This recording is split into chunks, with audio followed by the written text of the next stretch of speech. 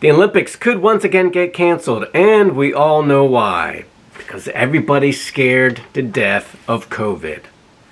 Welcome back to Bible Bears, everyone. I'm Ryder Cullison. So the Olympics is set to start on Friday, and there's a chance they could be canceled once again. Before we get into this story, don't forget to hit that bell notification so that you will be alerted when I post new videos. And if you want to support this channel, please hit that subscribe button. Before we get into our story, we always need to break the ice with the joke of the day. I will also be telling you later on in the story who I am praying for today, and I will flash up the verse of the day. So, without further ado, let's get into the joke of the day. I've got a friend who thinks he's just so smart. He says that onions are the only food that make you cry. So I threw a coconut at his face. You could have seen your face! Classic! Alright, let's get into this Olympic story. I don't know about you, but I love the Olympics, even when it's not in our time zone, and I know the results before the events are even broadcast on our nightly TV.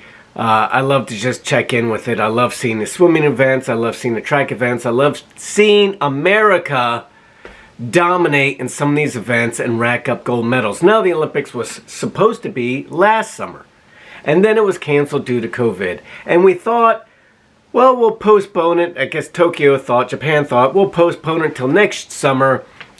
Surely, surely things will be cleared up by then. But nope, they aren't, because COVID cases are ticking up in Japan. And the head of the organizing committee for the Tokyo Olympics, Toshiro Muto, said he might cancel the Olympics at the 11th hour. The Olympics are set to begin on Friday, which means Thursday evening, whenever, if they say there's just too many COVID cases, we're going to cancel it. Now, they've already vacated the stadiums. There won't be any spectators. There won't be any major Olympic sponsors at the opening events. This will be a very subdued Olympics. The Olympics is extremely expensive to host. Many countries lose money hosting the Olympics. So without spectators, without all the tourism coming into the country, without big sponsors, Japan is going to suffer, I would imagine, huge financial losses from hosting this Olympics, especially after they already canceled it in 2020. I don't know what the plans would be if they canceled again this year. Perhaps they'll wait a month and push it farther into the year, or maybe they'll push it all the way to 2022. But regardless, think of the athletes. All the athletes that were trying to get in peak physical conditions so that they could be their absolute best when competing. Their hopes were dashed last year, delayed for a whole year. Imagine if you were an actor or some sort of stage performer or dancer and you finally got a role in a big movie or Broadway play and they canceled it. It would be devastating, even if it was just for 12 months. 12 months is a lifetime, especially when you're a young athlete. The clock is ticking. Their chances of getting gold or a podium could depend on those 12 months of peak physical condition. So this is hurting the athletes, especially when we know that these athletes who are largely between like the ages of 18 and 25, they have a 99.9% chance of survival. They're not in any danger of dying of COVID, of being hospitalized by COVID. They're Olympic athletes. They are in peak physical condition. So I find this, especially when there's no spectators, I find this decision to be a bit rash. I don't know if it's virtue signaling. I think for these countries, there's just such a burden to be responsible or to save face or not to look like a total jerk by hosting a major event like this. Look, I think we need to support Japan and just say, hey, look, you need to plow through with these Olympics. Help these athletes. Support all these countries who have been training and investing money into these programs. Let them play. Let them compete. For goodness sakes, okay? COVID cases ticking up does not mean deaths are ticking up. It does not mean hospitalizations are ticking up. It does not even mean sore throats and colds are ticking up. A lot of these people who are testing positive for this virus are likely not even that contagious enough to spread it. Most of them won't even experience symptoms of it. They're just cases. This is just more media-fueled fear propaganda. This is an effort to get more people vaccinated so investment firms like BlackRock and Vanguard can earn more money. Look, COVID is here to stay. This is going to be like the common cold every year, except for a portion of the population, 65 and older, with heart disease, diabetes, Alzheimer's, people who are morbidly obese. It's a much more severe common cold that could end up in hospitalization. But treatments are getting better and better. We're going to learn to live with this and manage this. But it's important to keep in mind that a huge majority of the population is not in any danger of this. And many of these positive cases are false positives. So stop freaking out. 2 Timothy in the Bible says, God has not given us a spirit of fear, but of courage or power and of love and a sound mind. We need to have a spirit of courage here.